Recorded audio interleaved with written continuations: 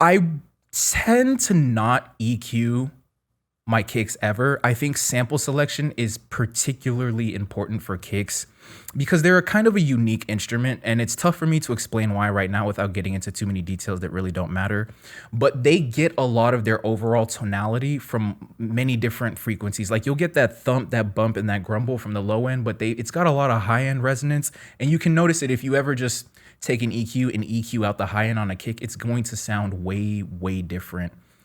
And so I default to sound selection when I'm doing kicks. I if I have to EQ the kick, I'm going to just go pick a different kick. And that's why you guys hear me say in every video, like even if I intend to use the 14 drum kit throughout the entire tutorial, I will always go to the centerfold drum kit to get the God kick because it's just my favorite. I really like it right now, and I don't ever have to really tweak it too much for my own personal preference. So in terms of kick, before we get into what I would do to the 808, because I tend to do more EQ on my 808, or if I'm ever going to EQ the low end, it will happen on the 808, and there's specific use cases. But I do want to make that part of the question very clear in terms of my answer. Just find a kick. And in general, this is pretty good advice for anything. It's in terms of drum samples. Find things that you really don't have to do that much mixing to. Sample selection is going to be your best friend in mixing. It's actually like good sample selection, good leveling, and then good equalization, and then like everything else. So that being said, even though I personally believe I have a very good sound selection prowess, and the centerfold drum kit and 14 drum kits both have amazing samples, there are just situations where I've observed that EQ can be very helpful for your 808. So the first instance is when there's a lot of gross low end grumble on your 808, or like just in your beat in general, and you want to like reduce the volume of that so that there's not so much distortion or digital saturation inside of your beat. And so a good way to get rid of that, and this is the first thing I would do instead of trying to change the kick sample, if I have a good kick sample, or trying to do anything else, and assuming I've already done my low end cuts on all my samples, I've got a good EQ on my melody. The next thing I would do if I'm experiencing nasty low end, or if I just maybe want to get my 808 to sound a little bit brighter in some other frequencies, or, just clean it up in general, I'll take a super hard cut. I'll do a high pass on the low end up to about 20 to 25 hertz, and I'll do it on the steepest cut possible, about 48 decibels, or even steeper. I think O's or Neutron only goes up to 48, but I've seen some go as steep as like 60.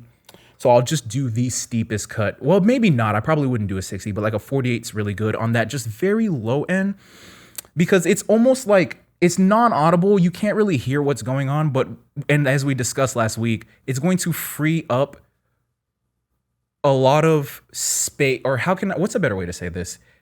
Because you're literally reducing the volume of everything that's outside of that cut to zero, it's going to allow the other tones and frequencies of your 808 to shine more. So not only are you getting rid of that low end grumble, getting rid of that nasty digital saturation, which you absolutely don't want, but you're also increasing the volume of like that mid-low and that like middle range where like the 808 just sounds really nice and really warm.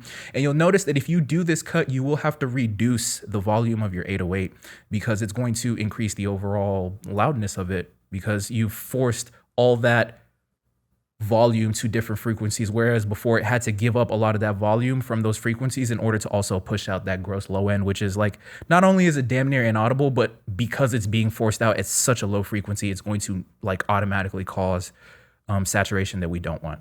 So that's my favorite cut. Another cut that you can do on your 808, which is helpful depending on what kind of sample you're using, is a low pass on the high end. And I'll usually do like like a high analog shelf, I believe, or let me see what it's actually called. I think I wrote it down. Yeah, I didn't even write it down actually, but it's just, I'll do basically a low pass, and it'll be not nearly as steep as it would not be a 48. It'd be a very soft shelf. And I'll go ahead and put up a picture of both of those actually, and I'll put up a picture right now so you know what I'm talking about. But I'll do that if there's a lot of high end warmth on my 808. And it's a case by case thing.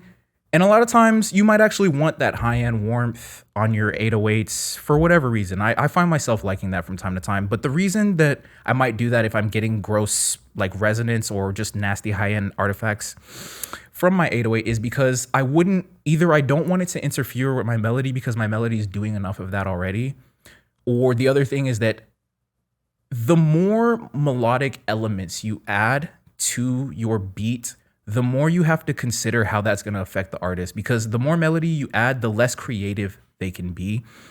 And a way to kind of like hide away the melody that the 808 is giving is by just picking one that's not as like warm on the high end, if that makes sense. That's a criticism I used to get a lot, is that they'd be like, especially from other producers that knew how to curate taste for artists, they'd be like, bro, like it sounds amazing, but the 808 is just like way too warm. And I used to not understand what they meant.